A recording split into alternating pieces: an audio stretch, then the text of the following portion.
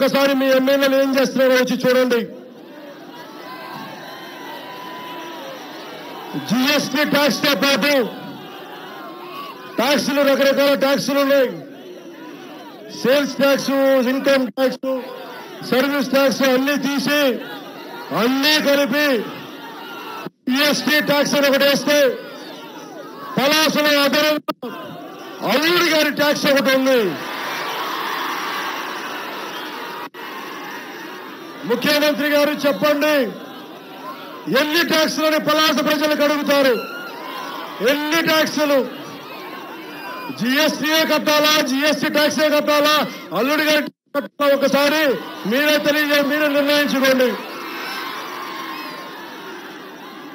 అసలే మీరు చేసిన ప్రాజెక్టుల వల్ల నీళ్లు లేవు, సరైన విద్య లేదు, ప్రైమరీ హెల్త్ సెంటర్ లేదు, ఉద్యోగ అవకాశాలు లేవు, మేము వలసలు పోతున్నాం.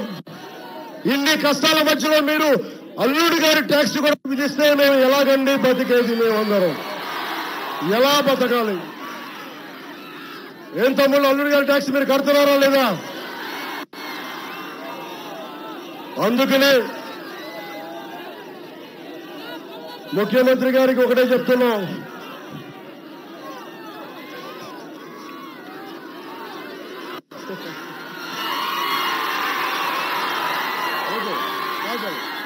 ఈ వీడియోపై మీ విలువైన కామెంట్స్ ని మాతో షేర్ చేసుకోండి. అండ్ ఇంకో విషయం, సబ్స్క్రైబ్ చేయడం మర్చిపోకండి.